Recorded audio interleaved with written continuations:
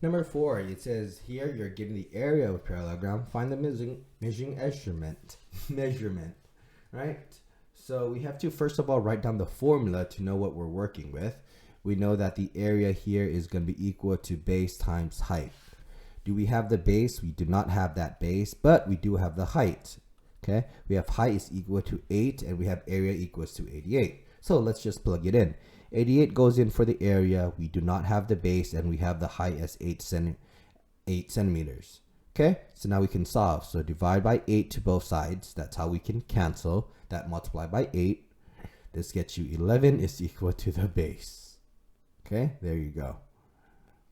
B, area is equal to base times height. We have the, right here, we have the height as 5. So, sorry, the base as 5. And we have the area is equals to 30. So let's plug it in. A equals to 30, base equals to 5, height is unknown. We divide by 5 to both sides, so we can get h alone. 6 is equal to the height. Okay, that means this height here is 6 inches.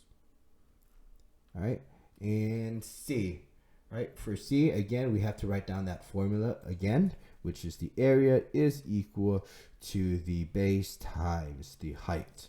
We have the height here. Height is equal to 6 feet, and we have the area. So the area is 39.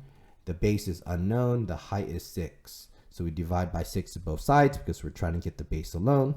This cancels. Base is equal to 39 divided by 6. That gets you 6.5 here as the base.